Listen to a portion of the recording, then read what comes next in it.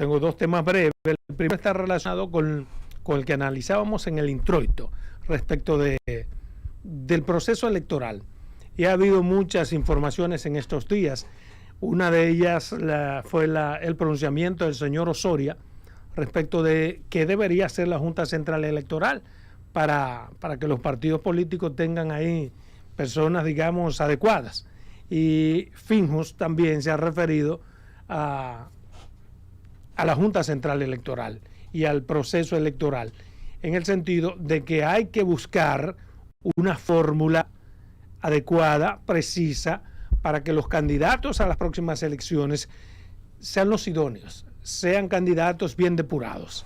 Por ejemplo, el señor Osoria decía que la Junta Central Electoral tenía que participar en ese proceso de escogitación, de selección de candidatos, y nada menos, nada más incierto, porque ese no es un papel de la Junta Central Electoral. Debería saberlo el señor Osoria, al menos si va a hablar de ese tema, porque la Junta Central Electoral, de conformidad con el 212 de la Constitución, está facultada para arbitrar, organizar y dirigir los procesos electorales. La Junta Central Electoral no tiene ninguna otra razón fundamental que no sea esa. Todo lo demás concerniente a un proceso electoral, la responsabilidad casi exclusiva de los partidos políticos, que son los actores principales del proceso electoral, que son los que deberían preocuparse porque todo marche bien, que son los que deberían demostrar civismo, democracia, conocimiento, crecimiento social en todos los procesos electorales. Por eso, pedirle a la Junta Central Electoral una responsabilidad que no le corresponde, para mí es mucho pedir. El presidente de Finjus, el amigo Servio Tulio, se ha referido al tema, pero pidiéndole a los partidos políticos. Y yo sé que Servio lo hace porque tiene conocimiento de causa y sabe que el pedimento tiene que ser de manera directa a los partidos políticos, que son los actores del proceso.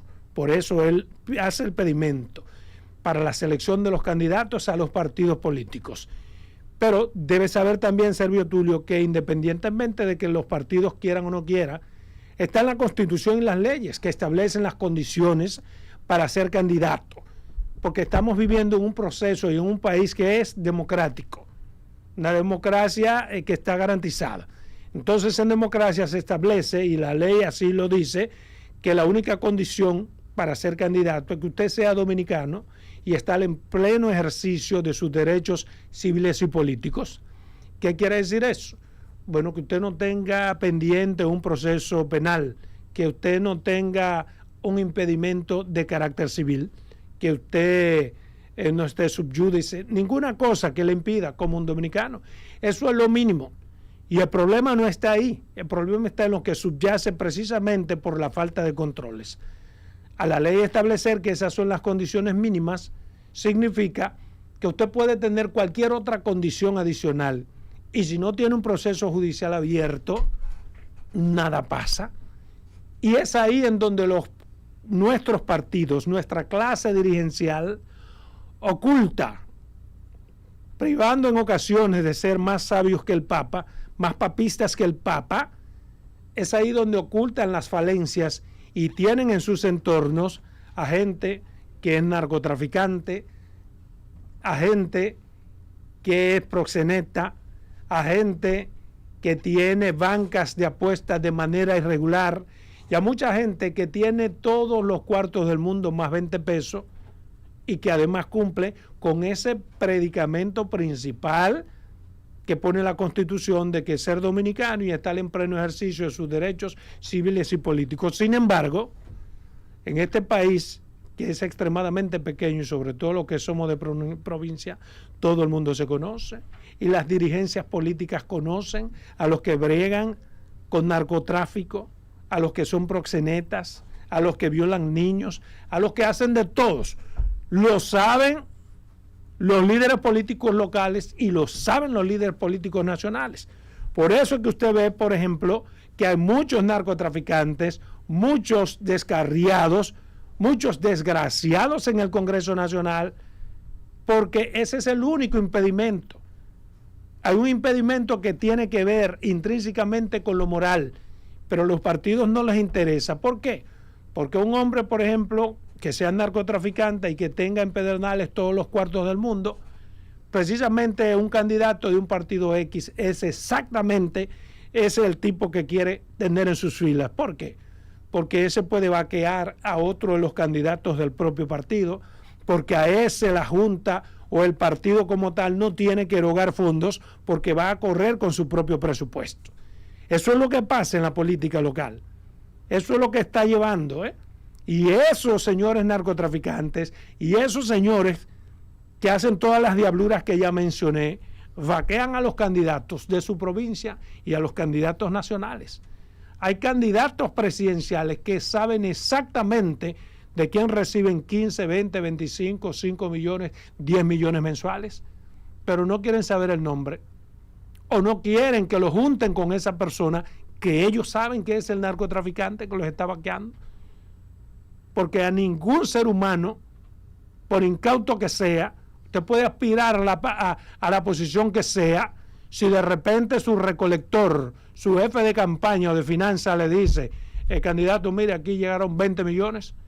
La pregunta legítima, natural, es ¿quién lo mandó? Entonces no me diga usted que usted no va a saber que le llegaron 20 millones para su campaña y no sabe de quién. Sí saben quién mandó esos 20 millones y sí saben a qué se dedica ese que le manda 20 millones de pesos. Y como saben a qué se dedica ese que manda 20 millones de pesos o 5 millones de pesos semanales, como sé de algunos que mandaron a algunos candidatos en la recta final, ellos no quieren reunirse. Porque de antemano saben que un tigre que se puede dar el lujo de darle a un candidato 20 millones de pesos mensuales sin haberlos trabajado, ellos saben de dónde los produjo. Entonces no salen con fotos con ese tipo o tratan de que no. Pero es un acuerdo. Hay un acuerdo entre el candidato y su jefe de campaña para que, mira, no me reúnas con ese hombre. Tú eres el encargado de recibir esos cuartos. No, pero para nada, no me lo subas aquí. Y cualquier cosa que haya que conversar es a través de ti. Entonces convierten al jefe de campaña o al tesorero en la persona responsable ante ese delincuente narcotraficante, ante ese evasor de impuestos, ante ese energúmeno que no debería ser un representante de la sociedad. Eso es lo que pasa.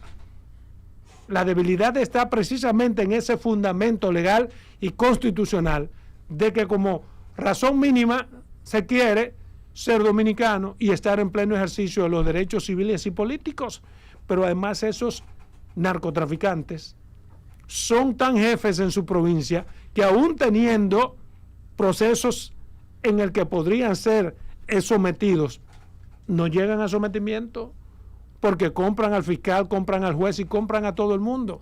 Consecuentemente, con ellos jamás se va a dar la condición que la ley establece para que no sean candidatos, que es la de tener un proceso abierto de manera judicial o cualquier tipo de impedimento legal. Eso es lo primero que ellos hacen. Tener una cuota que llevan cada viernes en la tarde al jefe de policía de la localidad, al fiscal de la localidad, al juez que le es amigo y a muchas de las personalidades que son las que dirigen el status quo, el establishment de la provincia o en sentido general. Y el patrón que ha sido legislador sabe exactamente lo que digo, no porque él haya participado, sino porque conoce. Y Carlos Julio y Roberto, que han sido periodistas, saben también que lo que digo ha ocurrido con muchos candidatos, no desde ahora. Saben que hay narcotraficantes, saben que hay banqueros irresponsables, saben que hay gente evasora de impuestos, saben que hay proxenetas, saben que hay violadores. Pero el candidato dice que no lo sabe porque jamás participa con ellos. Tiene un representante. Y hoy en día hay algunos narcotraficantes precisamente tratando de presionar a candidatos a quienes le dieron sus cuartos, que hoy están embarcados en algún tipo de situación y no los defienden.